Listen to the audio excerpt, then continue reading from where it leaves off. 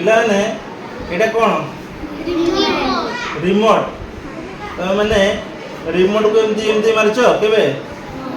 TV ଆକୁ ଏମିତି ମାରିଛ? ଯେ ରିମୋଟରେ କିଛି ଲାଇଟ୍ ଜଳୁଛି କି ଆଗରେ?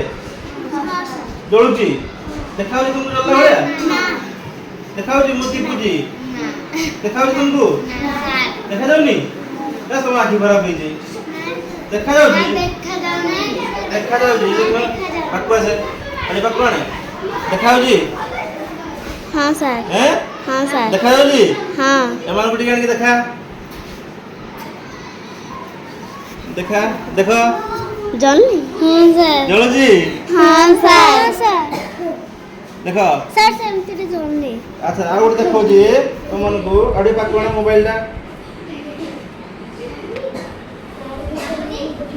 सर सर जल्दी। ଦେଖାଯାଉଛି ନା? हाँ। ଦେଖ ଜଳୁଛି ତ? हाँ सर। ଦେଖ जल्दी।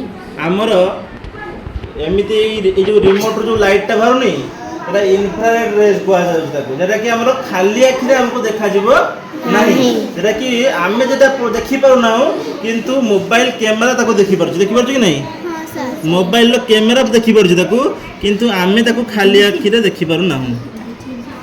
ଦେଖ କେମିତି ଦବଦବ ହଉଛି। ଦେଖାଯାଉଛି ନା? हाँ सर।